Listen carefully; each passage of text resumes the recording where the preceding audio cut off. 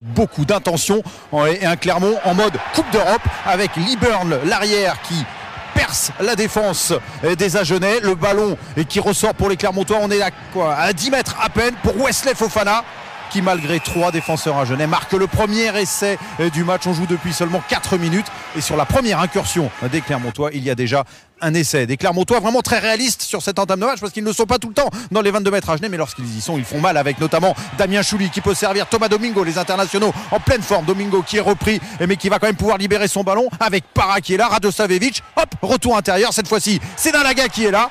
Un petit salope, quoi, il en a l'habitude, au milieu de la défense d'Agen. On joue depuis moins de 20 minutes et ça fait déjà 2 essais pour les Clermontois. Et ça marche bien, hein, un Rado en 10, puisqu'il arrive à retrouver intérieur ou extérieur avec des petites combinaisons. Et puis, quand on est en défense, côté Clermontois, on arrive à s'en sortir aussi avec un Julien Bonner qui dégage son équipe avec un coup de pied de 70 mètres pour revenir dans le camp agenais. Et quand on revient dans le camp agenais, c'est Rado avec un retour intérieur cette fois-ci pour Naketasi. On avait vu l'essai de l'ailier fidjien Nalaga. Et bien, il y en a un autre de l'autre côté, c'est Naketasi. 24 minutes de jeu et le 3e essai est déjà synonyme pour le moment de bonus offensif. Et 21-0 puisque tous les coups de pied, toutes les transformations sont réussies par Para. Alors on a vu des belles courses des 3 quarts. Il y a également des essais en force avec cette fois-ci. C'est pas un avant, c'est Nalaga, mais c'est presque un autre avant qui vient marquer cet essai qui sera validé par la vidéo. Et ça fait 28-0 après 32 minutes de jeu. Et on retrouve cette fois-ci Fofana qui déchire encore la défense avec du soutien à nouveau. Les avants sont là. Derrière, sorti Rado, Morgan Para qui prend le temps de fixer le dernier défenseur pour le premier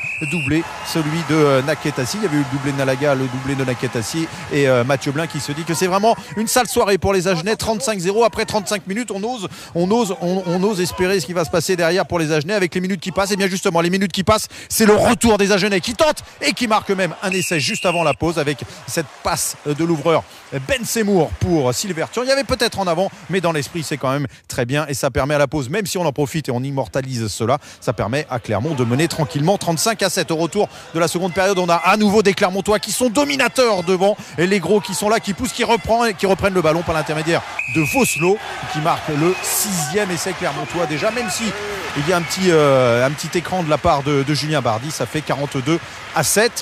Mais tout le mérite vraiment des Agenais et de continuer de tenter d'autres choses. Ils sont un petit peu plus agressifs dans cette seconde période, récupèrent des ballons et les jouent bien en plus. On retrouve le demi-mêlée pour Semour, cette fois-ci pour Fono, le numéro 8.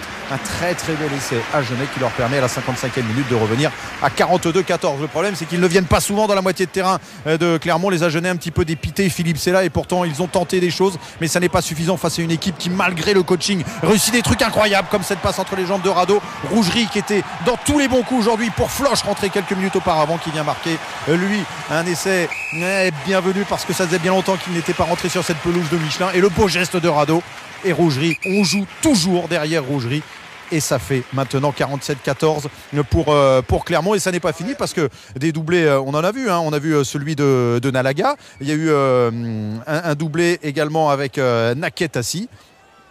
Et côté Agenais, même si on doit se passer de Cooks qui sort sur blessure, le capitaine, eh bien on subit encore avec un nouveau Rougerie pour Fofana qui perce la défense et qui peut aller marquer tout seul malgré le retour de Thion. Voici le doublé de Fofana après ceux de Nalaga et de Naketasi. Ça fait 52-14. Alors Agen marquera quand même un essai pour revenir à 54-21, mais ça n'est pas terminé parce que Butin est rentré côté Clermontois. Lui aussi veut marquer son essai malgré le retour dangereux de Balès sur la fin. Il vient marquer cet essai pour porter la marque à 59-21. Je vous ai parlé de doublé, mais il y avait même un triplé ce soir avec Wesley Fofana en grande forme, à l'image de tous les internationaux de Clermont et de cette équipe et qui a réussi tout ce qu'elle a entrepris quasiment dans des conditions difficiles avec la pluie et qui s'impose finalement 66-21. Cette équipe qui reste invaincue pour le moment à domicile et ça n'est pas une bonne nouvelle pour les Montpelliérains. J'ai eu un peu de mal par moment sur des séquences, un peu à retrouver les repères.